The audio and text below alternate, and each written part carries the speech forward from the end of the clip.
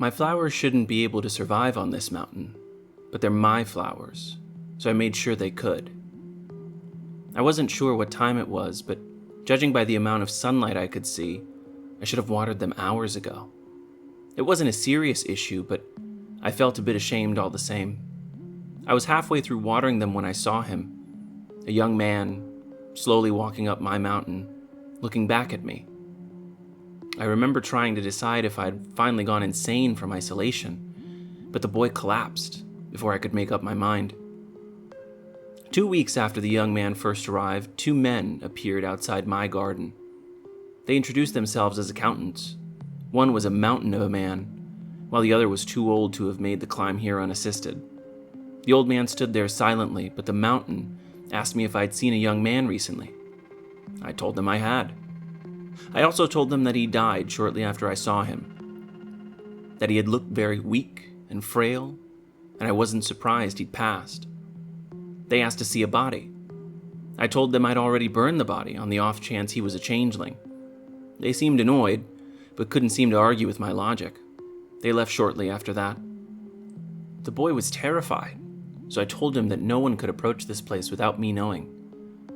He seemed to relax a bit after that, but I could tell he was still scared. He seemed scared of everything, honestly. Thunder, crackling, the occasional wolf howl. I told him there was no danger here, but I didn't ask him to explain his fear. I doubt that he understood it himself. 1 year after those men had arrived, he explained who they were. When he was done, I asked if he wanted to learn something interesting. He asked what I was teaching him, so I invited him outside. I showed him my signature, as well as a few extension magics, and he seemed in awe. He asked if I could teach him to do what I'd done. I told him I could not. He asked me why, and I explained that every magicks user had a different relationship with their signature. No 2 magicks users learned to use their skills the same way, so no 2 signatures were identical. But I could help him learn more about his own signature.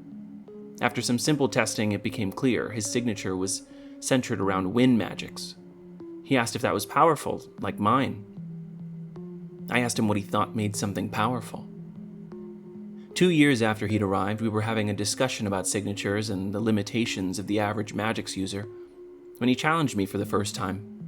It was an odd feeling, standing across from him as an opponent.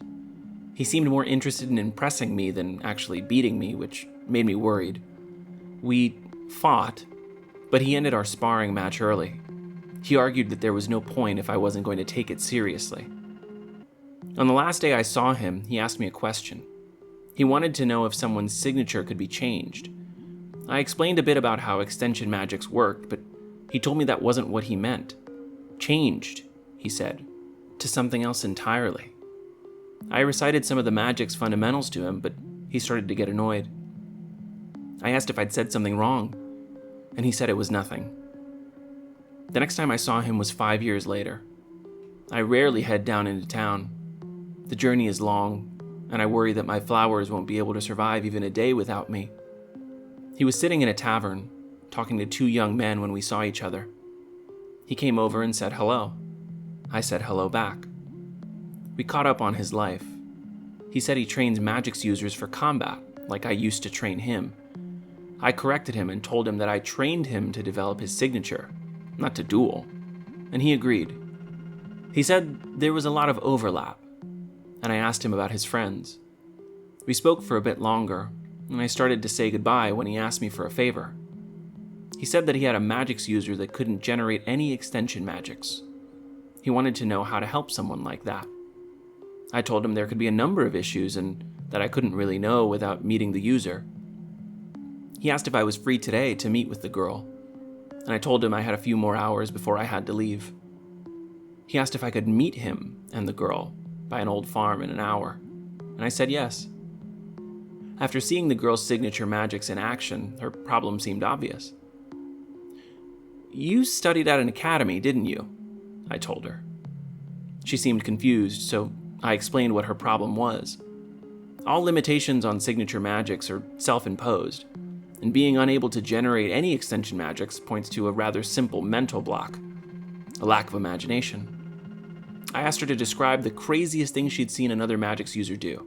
She described a few instances of magicks use, and I commented that every instance she shared was of massive, destructive magicks. She was so busy thinking about magicks in terms of scale that she wasn't spending any time thinking about what else was possible. Her signature was based around water magics, so I asked her if she'd ever thought about pulling moisture from the air. She tried to explain why it wasn't possible, how there wasn't enough humidity in the average room, and how the amount of energy she'd need to expend wasn't worth the amount of water she would get. I asked her if she saw what she'd just done. She had negated the idea before even trying it. I told her that her issue wasn't skill-based, it was a lack of curiosity. I encouraged her to try one new, strange extension magicks every day for the next month to help her mind think more creatively. She thanked me for the advice and left. When the young man asked me how I did that, I asked him if he charged that woman for training her.